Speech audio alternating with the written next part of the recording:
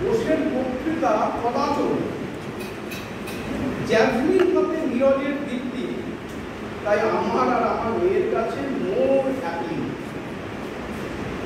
বর্ষায় বিধে আনা সোনা দিল্লি চলকে সাইড করেছে। কলকাতায় বসে কেউ দিল্লি চলো বললে সেটিং বলে মাথায় খেতে বসি না।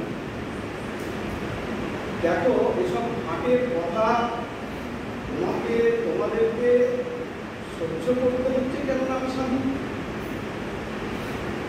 এমন বন্দে মাতরম মন্ত্রের পেছনে মা পুছে সালামের মতো জঘন্য চিৎকার করলেও তোমাকে আমি ছেড়ে দিই, কারণ তুমিও স্বামী।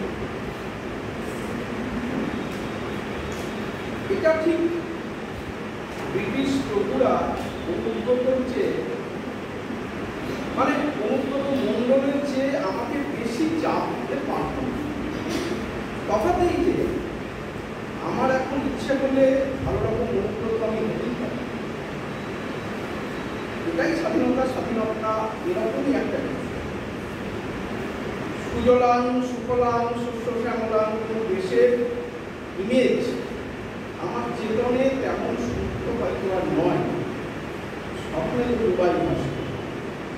তথাপি আমাদের বাংলাদেশে আমি যখন যাই, কোথা থেকে আসছি এর উত্তরে যখন বলি ভারতবর্ষ, একটা ব্যাপক জয়ফুল ফিল, একটা ধর্মনিরপেক্ষ সমাজতান্ত্রিক গণতান্ত্রিক প্রজাতন্ত্রের ধারণার সাথে একাত্ম করি।